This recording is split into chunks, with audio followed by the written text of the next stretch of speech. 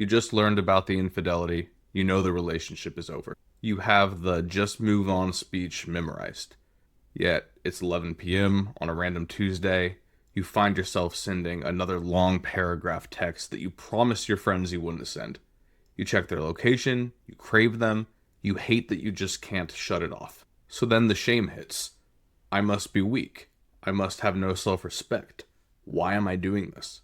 A lot of people think that staying attached to someone who hurt you is a character flaw, but in a lot of ways, it's just our biology. And until you understand what's going on, it's very difficult to break. Because a lot of people think that there's just two ways to handle betrayal. There's option A, you forgive, forget, and work it through like a saint. And then there's option B, you cut them off, burn the photos, never look back. But as I'm sure you know, the truth is a lot messier. What people actually experience is so much more complicated. Because there's a massive split between what you know and what feels real. And it feels like there's a civil war taking place inside your head. Consciously, you're saying they're toxic, they lied, I deserve better. But then your nervous system says, where are they? I need them to feel safe. I need them to fix this. It's just dysregulation between your conscious and your unconscious, or between your brain and your nervous system. When you're in a long-term relationship, you don't just love them. You, in a lot of ways, merge nervous systems and patterns and rhythms. You co-regulate one another. Your body learns to use them as a source of soothing. You outsource your sense of safety to them. And so when the person that you outsource your trust to, you outsource your safety to them, when that person betrays you, your brain instantly has this terrifying contradiction.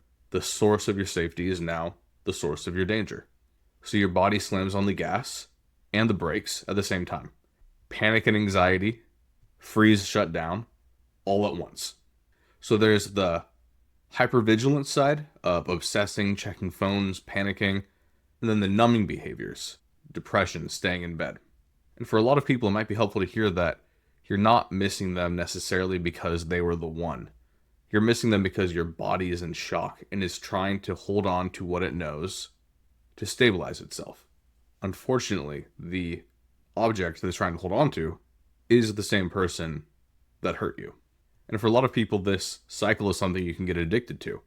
The makeup feels better than the breakup. Why do people crave the people that treat us the worst?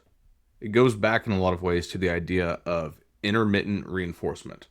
If you put a rat in a cage and give it a pellet of food every time it pushes a lever, it eventually will get bored. It knows the food is coming. But if you put a rat in a cage and sometimes give it food when it presses a lever, and other times give it a mild electric shock or nothing at all, that rat will push that lever over and over and over again. Unpredictability can create addiction. So the highs of the relationship, the love bombing, the apologies, the good times, the makeup sex, combined with the lows, the lies, the coldness, the silence, flood your brain with like this mixture of dopamine and cortisol, and it becomes addicting. You're not just attached to the person, you are chemically addicted. And that's what that feeling is when you feel like you just have to text them one more time. You're like the rat pressing the lever one more time, not knowing whether it will be shock or a pellet of food.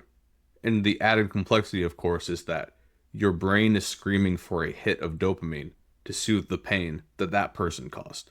And part of the reason it can be so hard to shake is that we tell ourselves pretty noble stories about our own suffering.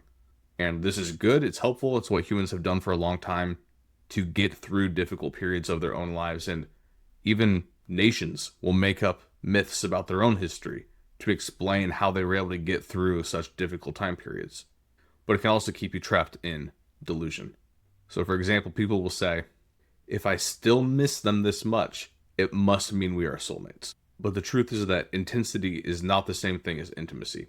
Trauma bonds feel intense because they are threats to your survival. Real, healthy love can be more boring. It feels like peace, not a constant panic attack. If you feel like you're dying without them, that isn't romance. That's just codependence. Another myth or story that people tell themselves to explain why they feel like they can't move on, why they can't heal, is they say, I need closure. But the truth is that you're waiting for the person who broke you to put you back together. They can't, and even if they could, they won't. Closure isn't something they give you in a final conversation. It's a boundary that you set for yourself. Waiting for them to explain why is just a way to stay in that dynamic. You crave it. Deep down, you don't even want closure. You just want to keep that loop open. Another myth or lie that people believe is if I was stronger, I could just stop. But you can't outthink or outwill a feeling. You can't use logic to solve psychological problems. That's like trying to talk your way out of a broken leg. People love trying to use willpower and just white knuckle it. Block the number, unblock it, block it again. They rely on going no contact as a rule rather than a result. But willpower is finite. You eventually do get tired.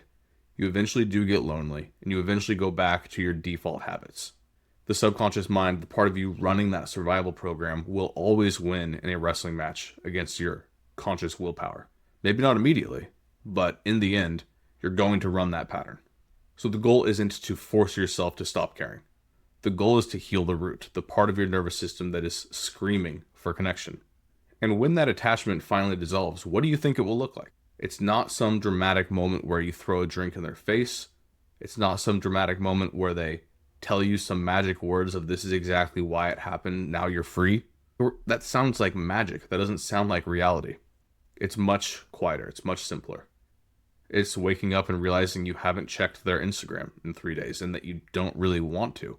You've just forgotten about it because you have your own life to live. It's hearing their name and noticing that your heart rate didn't spike up. It's even looking at them and just seeing a flawed, damaged human being who's also kind of a jerk, and not seeing them as some type of god that holds the keys to your universe. And so if you're listening to this and you feel shame because you feel like you've slid back, you've allowed this person to have too much power, you cried over them today, like, stop beating yourself up. So much of this is natural. You're fighting your biology. It's difficult. It's messy. It's incredibly common. The biggest thing is to separate the urge from the action. When the wave hits, when the cortisol spikes and your hands shake, don't act on it. Observe it. Remind yourself that this is just a natural biological process. Remind yourself that this isn't love. This isn't some sign that you should be doing something different. This is just my body in withdrawal. I'm safe. I promise you, if you can wait 5-10 minutes, the wave will pass. You're detoxing from them. And like any detox, the only way out is through. And if you want help on addressing what might be going on underneath the surface, at the subconscious, unconscious level, why you in particular are so attached to them, feel free to book a call. Happy to talk it through. Maybe get some clarity on the call. Maybe learn what it looks like to work one-on-one beyond it.